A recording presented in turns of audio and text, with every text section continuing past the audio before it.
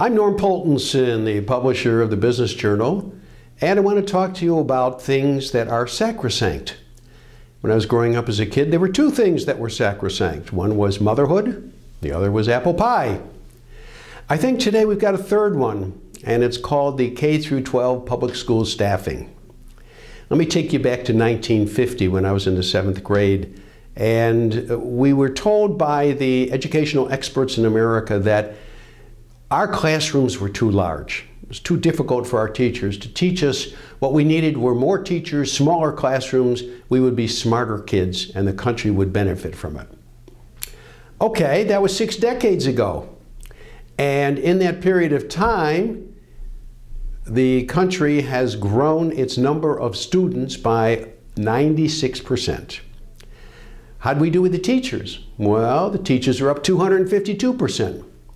And how did we do with our non-teaching staff, which you and I would call the administrators and the clerical staff and the support staff? They're up 702%. So if you add them all together and you look at the full-time employees who are in public school education, it's gone up 386% over the last 6 decades compared with the growth of children of 96%. So that's a 4-time increase. So what did we get for it? Are we smarter?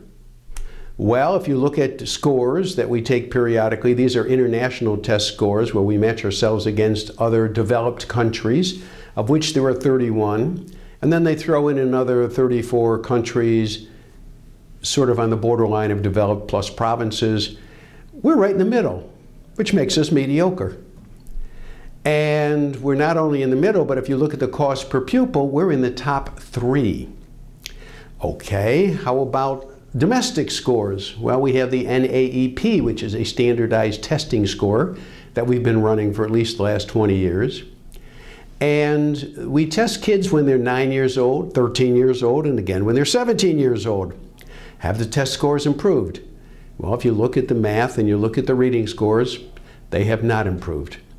In fact, what's a little embarrassing is that the longer the kids are in school, the dumber they get. Okay, how about graduation rates? Well, let's see. In the last 20 years, graduation rates have remained under 75% to those who graduate high school on time. And over 40 years, there's actually been a decline in the overall on-time high school graduation rate. Well, is there anybody who benefited from this 6 decades of investment? I would say that the parents with special needs clearly benefited because there was a lot of mainlining of the kids into the classrooms and a lot of one-on-one education. But that certainly doesn't account for all the increase in teachers and in support staff. I would say that the unions definitely benefited because their membership went up by a factor of 3. So who didn't benefit? Well, if you're a taxpayer, you didn't benefit. And if you're thinking of the nation as a whole, since the purpose of this was to develop smarter kids, we didn't benefit at all. So looking back on this, it's interesting that a Fordham Institute study, which was released recently, actually says that the parents are ahead of the school administrators and teachers because they think the best avenue is to get better teachers and fewer bureaucrats.